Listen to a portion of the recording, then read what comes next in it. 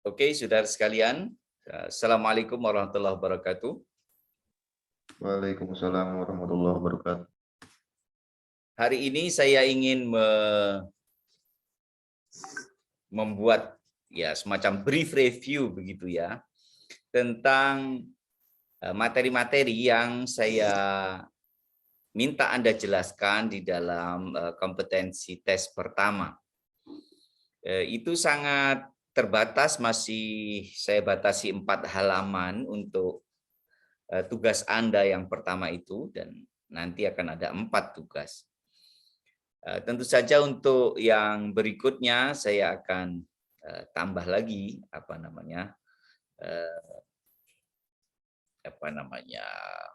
kuantitinya itu. Karena agar bahasanya lebih mendalam, tidak hanya bertanya tentang what misalnya, tetapi how, why, sehingga Anda lebih bisa mengeksplorasi diri Anda. Pertanyaan yang pertama kemarin terkait dengan hukum internasional, saya minta Anda membuat penjelasan tentang apa itu hukum internasional.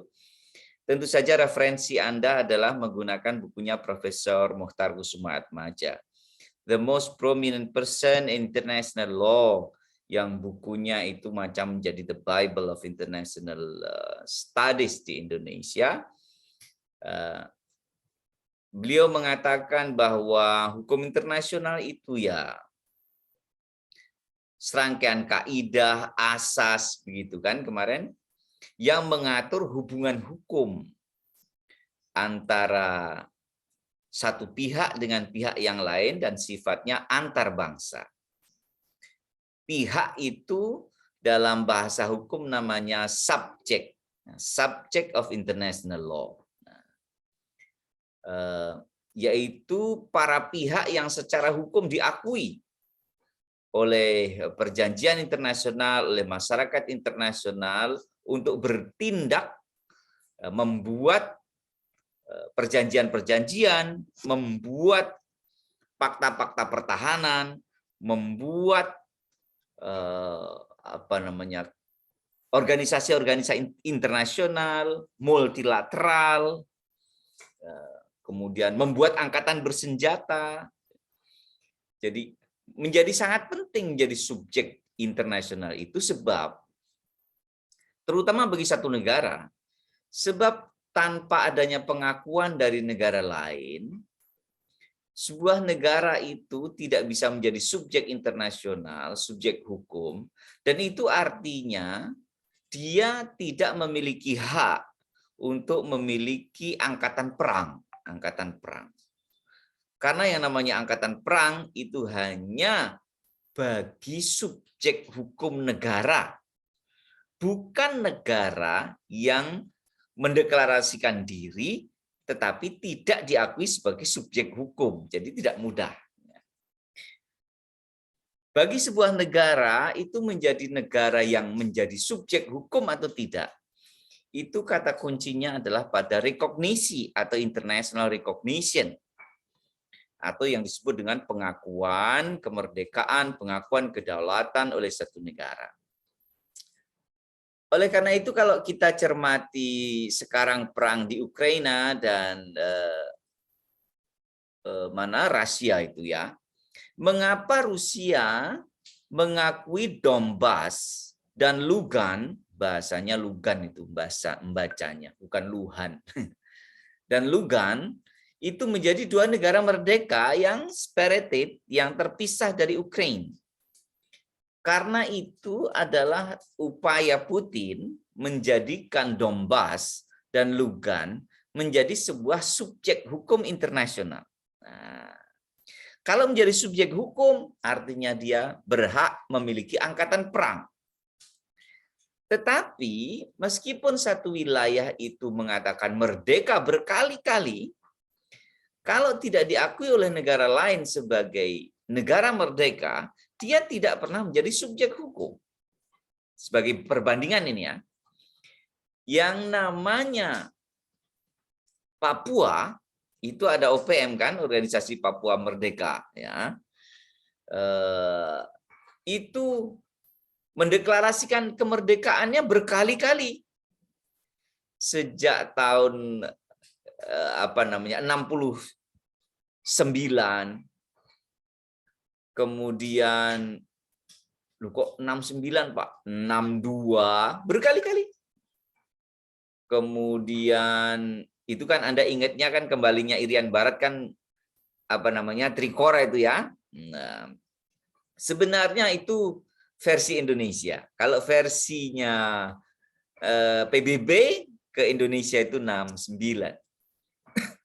Kemudian tapi mereka selalu menanggapinya dengan proklamasi kemerdekaan.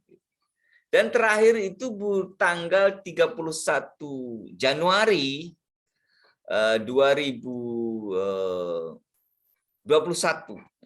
Jadi berkali-kali kemerdekaan itu didengungkan. Tetapi kenapa kok senjata yang mereka miliki itu menjadi tidak legal sampai sekarang? Karena tidak ada negara yang memiliki kekuatan yang memadai untuk mengakui dia sebagai negara. Nah, kalau sekedar mengakui saja dan itu bukan negara kuat, maka dia juga tidak otomatis menjadi negara yang sah. Jadi ini ada relativitasnya di situ. Yang mengakui kemerdekaan Papua itu ada 6 negara, mulai dari Tuvalu, mulai dari Fiji, ya, mulai dari Solomon, ya, Palau. Kalau Fiji mah enggak ya, Fiji lebih cenderung ke Indonesia. Vanuatu itu bahkan kampanye di PBB tiap hari. Tapi dia tetap tidak diakui sebagai the subject of international law. Subjek itu dia pelaku sah. Sehingga semua senjata yang dia miliki itu definisinya adalah sebagai illegal weapon atau senjata ilegal. Sehingga pemerintah Indonesia ketika menyerang OPM itu deklarasinya bukan perang. Ingat, deklarasinya bukan perang. Tetapi adalah tindakan polisional. Polisional artinya urusan dalam negeri. Tindakan polisional yang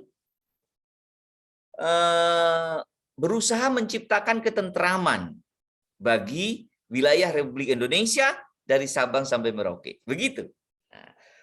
Orang HAM internasional akan berkata lain. Wah, ini penindasan, pelanggaran HAM, and so on, and so on. Nah, ini soal perspektif saja. Nah, tetapi secara hukum internasional, pemerintah Indonesia sah untuk melakukan perlucutan senjata-senjata yang ada di Papua. Kenapa? Karena itu secara hukum internasional kategorinya adalah illegal weapon dari para separatis. Nah, itu sangat meyakinkan. Jadi ada Traktat New York juga yang sudah clear bahwa Papua milik Indonesia. So, semua senjata di sana yang bukan di dalam kekuasaan pemerintah Republik Indonesia adalah illegal weapon. Nah, sekarang kita kembali ke Donbas dan Lugan. Mengapa Putin mengakuinya? Mengapa Putin mengakuinya? Karena untuk melegalkan Donbas dan Lugan sebagai the subject of international law. Nah, lalu bagaimana halnya dengan Taiwan, Pak? Nah, Taiwan. Nah, ini kan mirip-mirip ya. Makanya saya kalau ada beberapa kali saya tulis di sosial media saya itu setelah kenapa Cina juga damai-damai saja dengan Rusia, saya katakan ya karena Putin dengan Xi Jinping itu punya perkara yang sama atau mirip. Kalau Putin itu punya wilayah Crimea, punya bekas-bekas daerah di Ukraina sana yang dulu bergabung dengan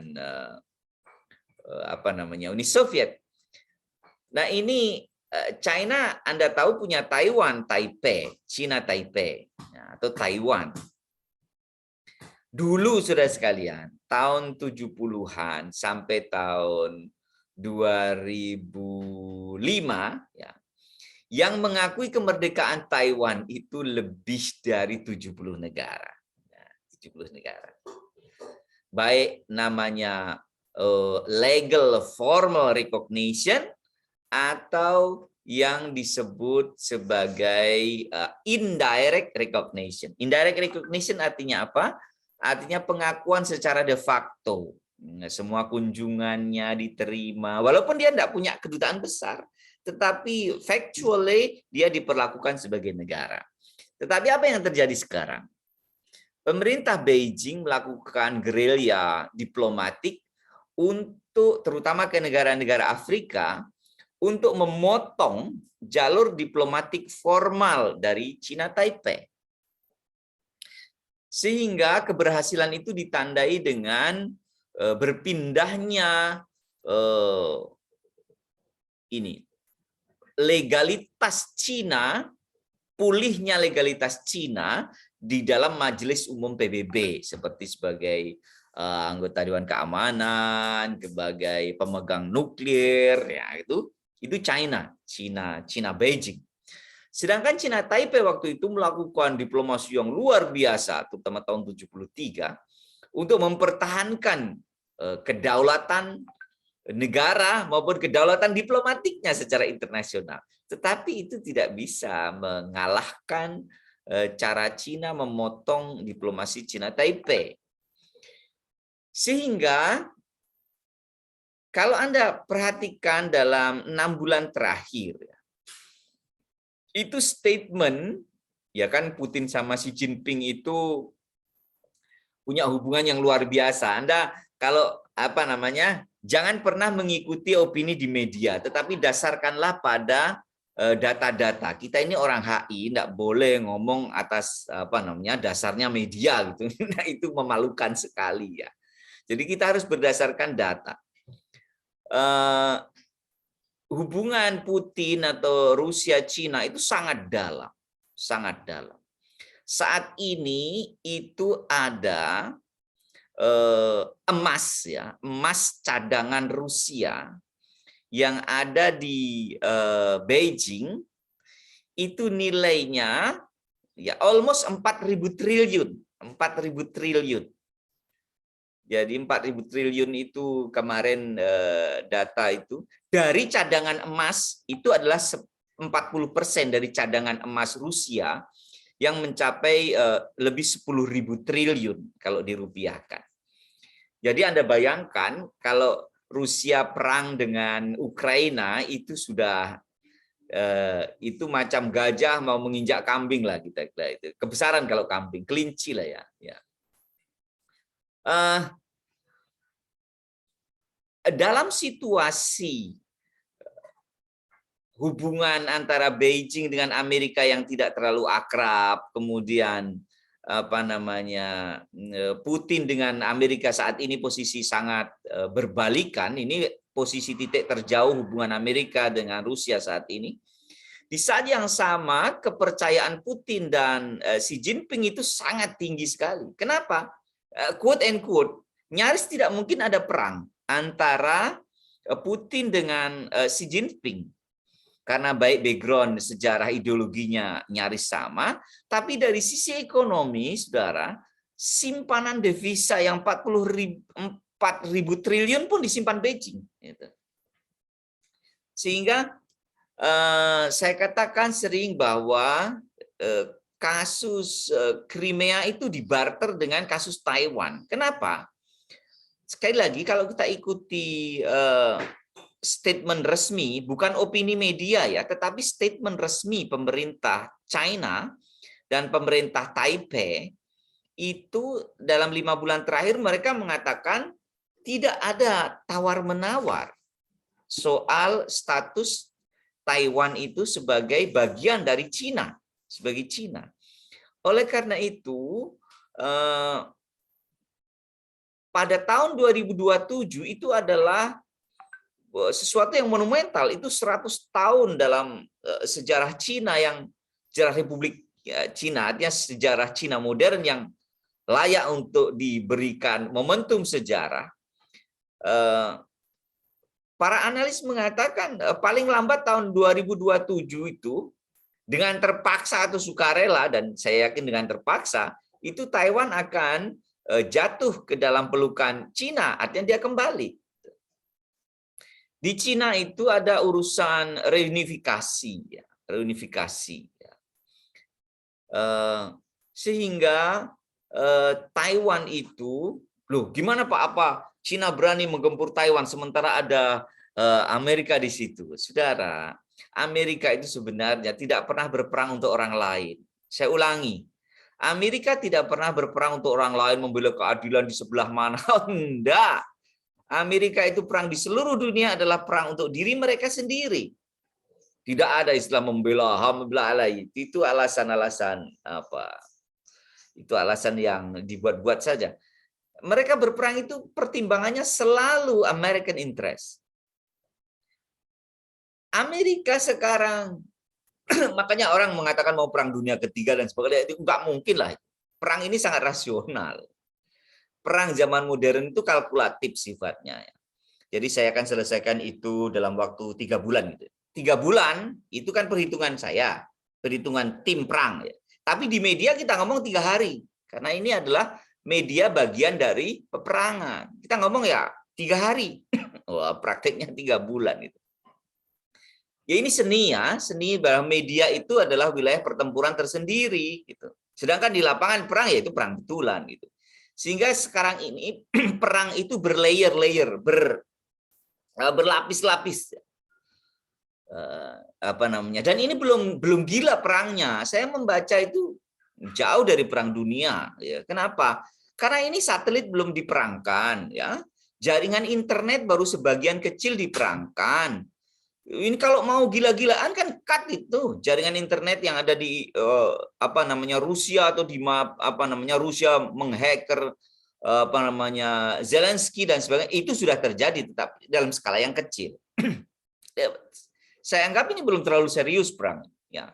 Ya matinya banyak Pak, ya matinya banyak tetapi manageable, dikalkulasi, accountable, masih bisa dihitung.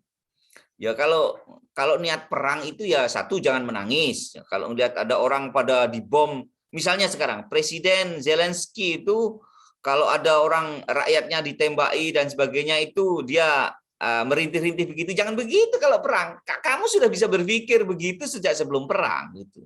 Sehingga kalau ada rakyat apa namanya perumahan ditembak, ini dihancurkan, ya Anda mestinya sudah berpikir sebelumnya bahwa itu akan terjadi gitu.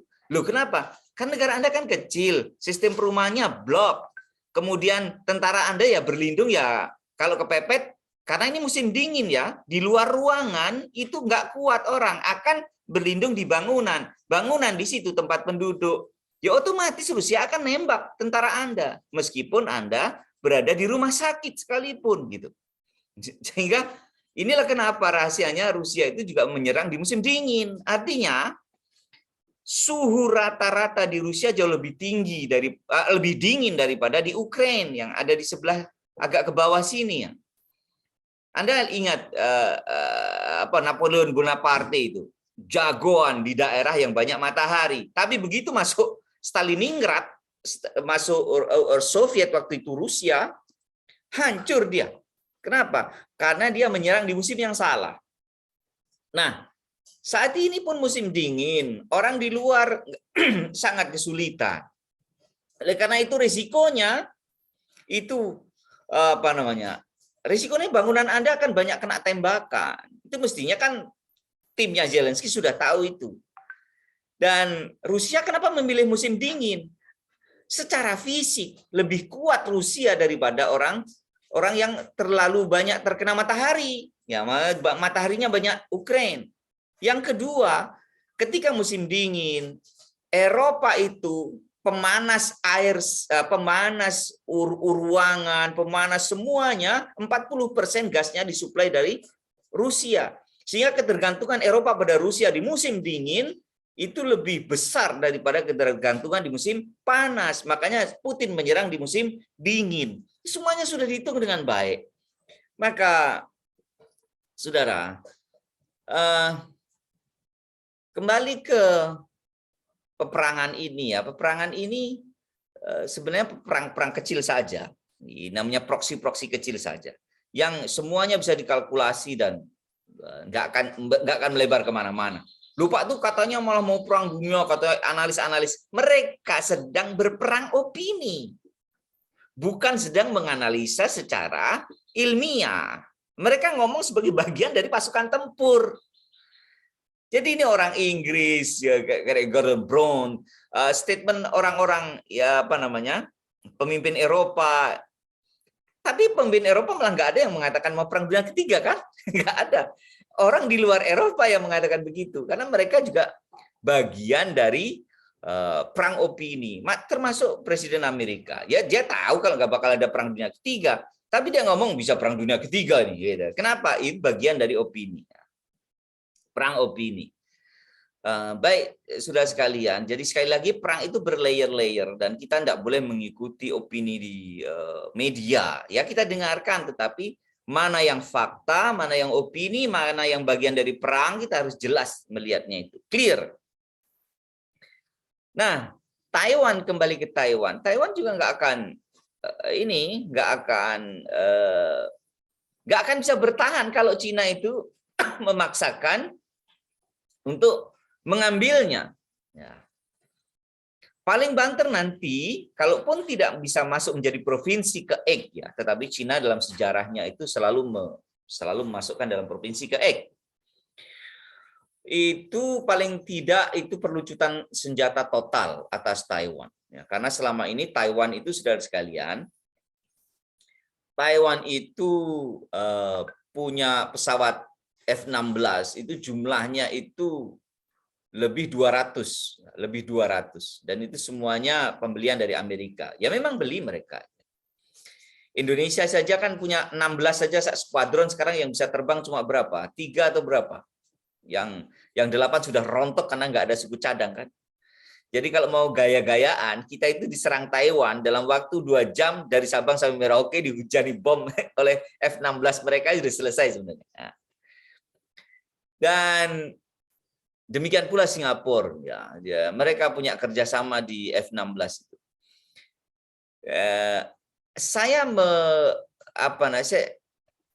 Saya memperkirakan dengan sungguh-sungguh bahwa Indonesia mempersenjatai dengan kapal induk. Sekarang Indonesia sedang akan realisasikan kapal induk.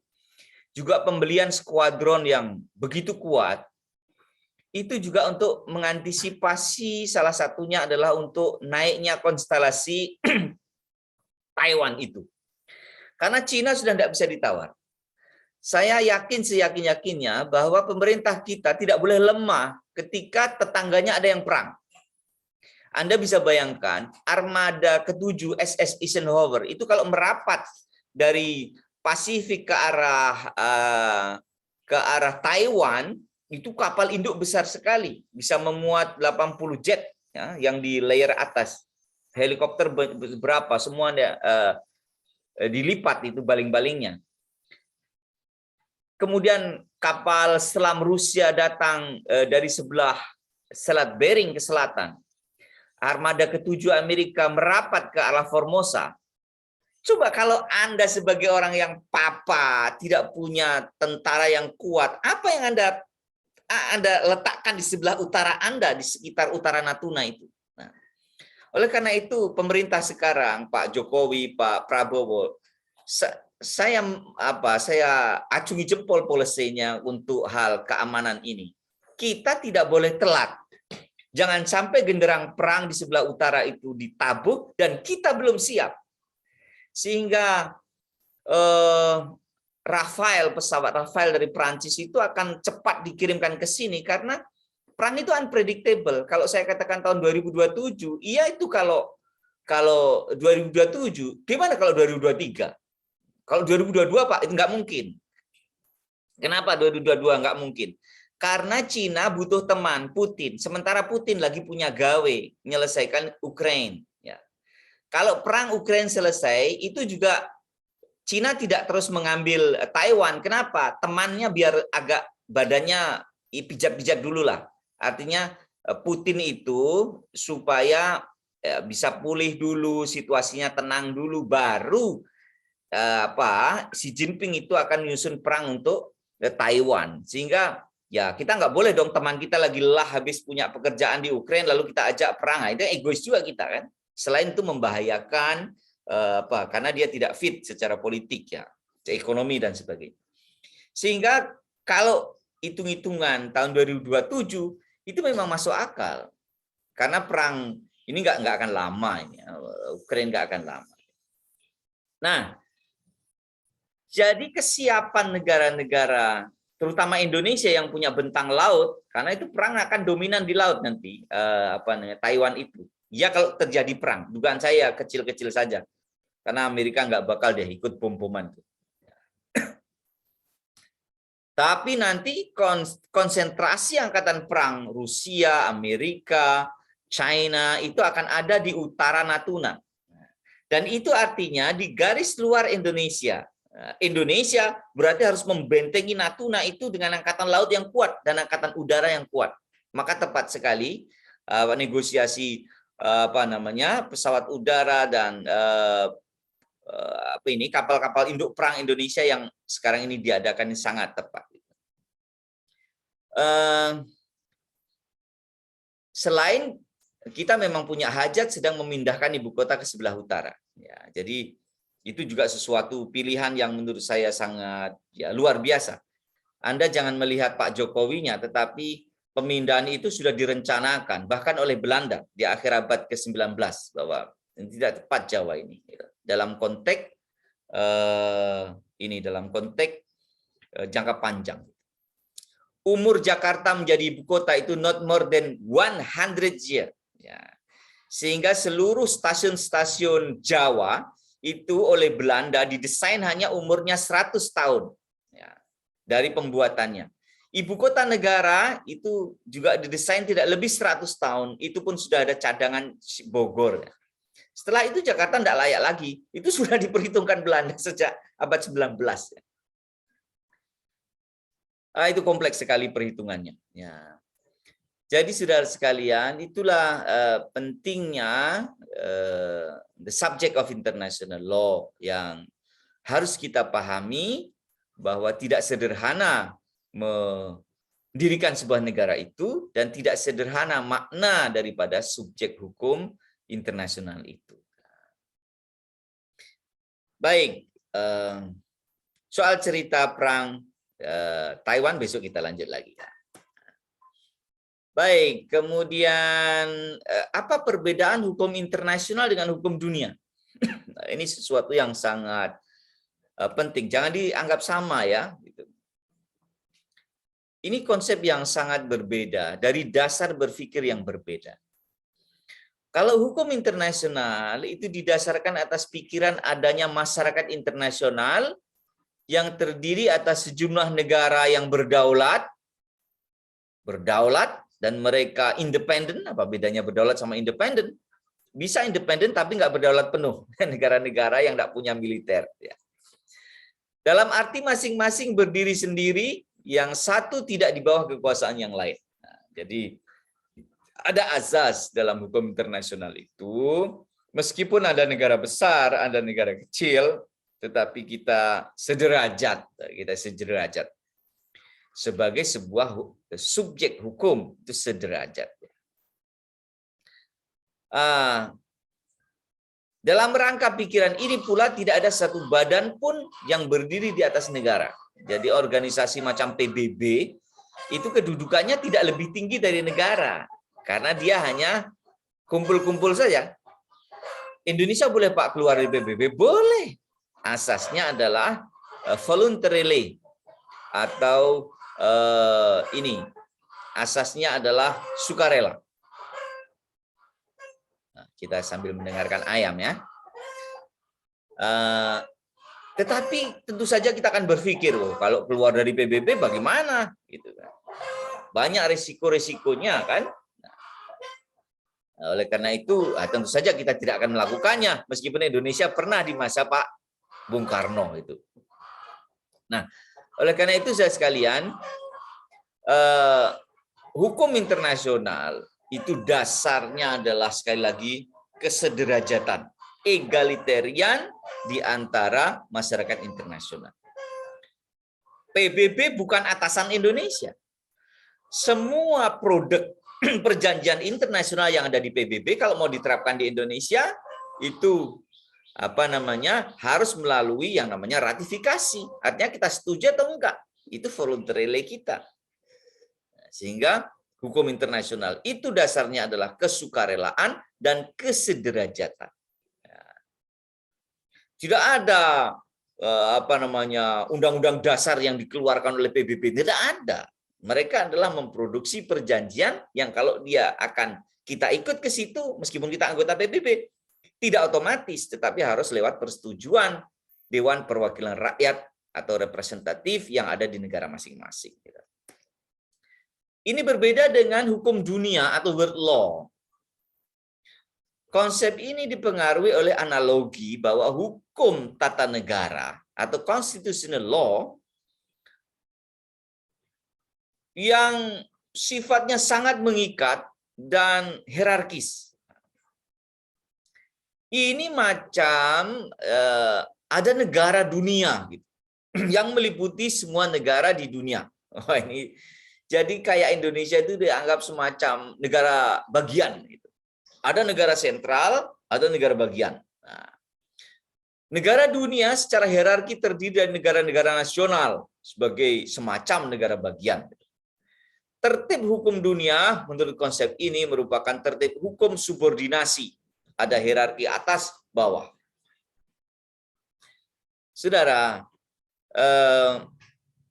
Anda pernah ingat kan ada konsep khilafah, ada konsep the Holy Roman Empire, gitu ya. Jadi ada dulu itu zaman Khilafah Utsmani itu konsepnya hukum dunia. Ada dustur bahasa Arabnya. Dustur itu adalah World Constitution. Konstitusi dunia. Jadi semua negara yang di dalam satu khilafah tertentu itu dia harus manut pada hukum dasar yang ada di negara induk. Negara induk. Itu sama dengan the Holy Roman Empire sebelum tahun 1648. Anda ingat tahun 1648? Ya, perjanjian Westphalia. Sebelum Westphalia itu mensekularisasikan diri bahwa urusan agama, urusan paus, urusan negara, urusan para raja, sebelum 1648, maka sesungguhnya the Holy Roman Empire itu adalah contoh dari berlakunya pemerintahan dunia. Jadi sebenarnya ya so-so ya. Kalau the Holy Roman Empire itu bubarnya lebih dulu dari kekhilafahan. 1648 kekhilafahan itu bubar tahun 1924 ya, tiga abad lampaunya itu. Anda bisa bayangkan kuatnya Turki Utsmani di tengah tidak ada pemerintahan dunia ya. Jadi waktu itu satu-satunya yang punya sistem hukum dunia. Jadi hukum dunia itu, negara-negara itu anggapannya sebagai negara bagian atau negara vasal yang harus mengikuti aturan dasar yang ada di dalam pemerintah pusat. Itulah yang disebut sebagai hukum dunia. Jadi, nah saat ini nggak ada itu. Bahkan the Holy Roman Empire sudah tidak pakai itu. Sehingga kita ada hukum internasional itu karena ada kesepakatan Westphalia. Karena kita merujuk ke sejarah Barat. Kok bisa Pak kita merujuk sejarah Barat? Ya negaramu ini dulu kan bekas jajahan Belanda. Tuh. Nah, meskipun kita bisa berdebat Belanda yang mana kan gitu. Tapi faktanya kita merdeka dari kolonialisme bangsa Eropa. Nah, oleh karena itu kita lama merujuk ke hukum mereka. Sampai sekarang. Sedangkan hukum internasional tadi tidak ada. Semua hukum negara itu sama, egaliter. Kalau kita mau memakai ya kita setuju nggak rakyat saya?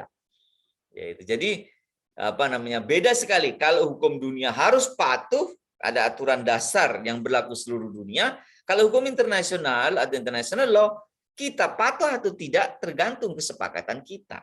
Nah, basicnya adalah kemerdekaan dan kesukarelaan atau voluntarily. Saya kira itu saudara sekalian diskusi kita, Anda bisa bisa kembangkan sendiri nanti. Kalau ada yang bertanya silakan.